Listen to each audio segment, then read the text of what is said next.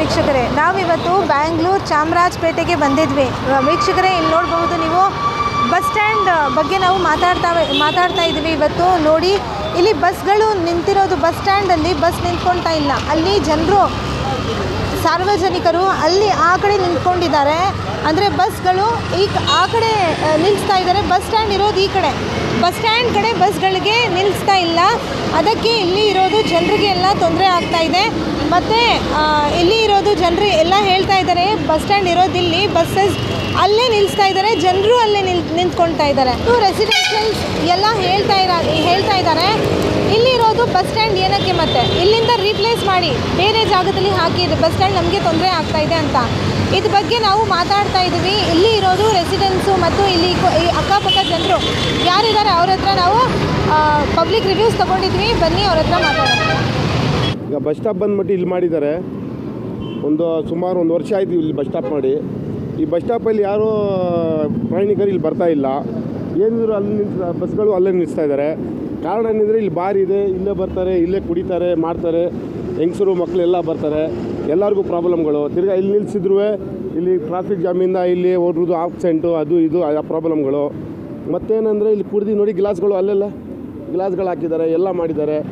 ಯಾರಿಗೂ ಹೆಂಡತಿ ಮಕ್ಕಳು ಯಾರು ಬರ್ತಾರೆ ಜೊತೆಯಲ್ಲಿ, ಹೆಣ್ಮಕ್ಳು, ಚಿಕ್ಕ ಮಕ್ಕಳು, ಸ್ಕೂಲ್ ಕಾಲೇಜ್ ಎಲ್ಲ ಇಲ್ಲೇ ಬರೋದು. ಸಿಗ್ನಲಲ್ಲಿ ಟ್ರನ್ನಿಂಗ್ ಆಗೋ ಜಾಗದಲ್ಲಿ ನಿಂತ್ಕೋಬೇಕು. ಆ ಟ್ರನ್ನಿಂಗಲ್ಲಿ ಟ್ರಾಫಿಕ್ ಜಾಮು. ನನ್ನ ಹೆಸರು ಅಪ್ಪು ಅಂತ. ಇಲ್ಲಿ ಚಾಮರಾಜಪೇಟೆ ಕಡೆ ಇರೋದ್ರೆ ನಾನು ಇಲ್ಲಿ ಹೋಲ್ಸೇಲ್ ಅಂಗಡಿ ಇದೆ. ಇಲ್ಲಿ ಬರೀ ಕೆಲ್ಸಕ್ಕೆ ಹೋಗೋರು, ಇಲ್ಲಿ ಸುಮ್ಗೆ ಕುತ್ಕೊಂಡಿರೋರೆಲ್ಲ ಬಂದು ಇಲ್ಲೇ ಎಣ್ಣೆ ಹೊಡಿತಾರೆ. ಈ ಬಸ್ ಸ್ಟಾಪ್ ಹತ್ರ ಬಸ್ಸನ್ನು ಇಲ್ಲಿ ನಿಲ್ಲಿಸಲ್ಲ, ಆ ಕಡೆ ಸರ್ಕಲ್ ಹತ್ರ ನಿಲ್ಲಿಸ್ತಾ ಇದ್ದಾರೆ ಬಸ್ಸು. ಹೆಣ್ಣು ಮಕ್ಕಳು, ದೊಡ್ಡವರು, ಚಿಕ್ಕವರು ಯಾರು ಇಲ್ಲಿ ಬಂದು ನಿಲ್ತ್ಕೊಳ್ಳಲ್ಲ. ಇಲ್ಲೇ ಎಣ್ಣೆ ಹೊಡಿತಾರೆ, ಇಲ್ಲೇ ಈ ಕಡೆ ಬಿಸಾಕ್ತಾರೆ, ಇಲ್ಲೇ ಬಿಸಾಕ್ಬಿಟ್ಟು ಹೋಗ್ಬಿಡ್ತಾರೆ. ಬೆಳಗ್ಗೆ ಬಂದು ಎಲ್ಲ ಇವರು BJP-ಗೋರು ಎಲ್ಲ ಕಸ ಒರೆಸ್ತಾ ಇರ್ತಾಯಿದ್ರೆ, ತುಂಬ ಚಿಕ್ಕ ಮಕ್ಕಳು ಎಲ್ಲ ದೊಡ್ಡವರೆಲ್ಲ ಬಂದು ಇಲ್ಲಿ ಕುತ್ಕೊಳ್ಳೋಕ್ಕೆ ಜಾಗ ಇರೋಲ್ಲ, ಬೇರೆ ವಾಸನೆ ಹೊಡಿತೆ. ಇಲ್ಲೇ ರೀಸೆಸ್ ಮಾಡ್ತಾರೆ, ಇಲ್ಲೇ ಎಣ್ಣೆ ಹೊಡಿತಾರೆ. ಯಾರು ಇಲ್ಲಿ ಬಸ್ ಸ್ಟ್ಯಾಂಡ್ ಹತ್ರ ಯಾರು ಕುತ್ಕೊಳ್ಳಲ್ಲ. ಬಸ್ ಸ್ಟಾಪ್ ಇಲ್ಲಿದೆ, ಆದರೆ ಬಸ್ಸು ಅಲ್ಲಿ ನಿಂತ್ಕೊಳ್ತೈತೆ, ಅಲ್ಲಿ ಹಾಕ್ತಾರೆ. ಅದು ಏನು ಪ್ರಯೋಜನ ಇಲ್ಲ.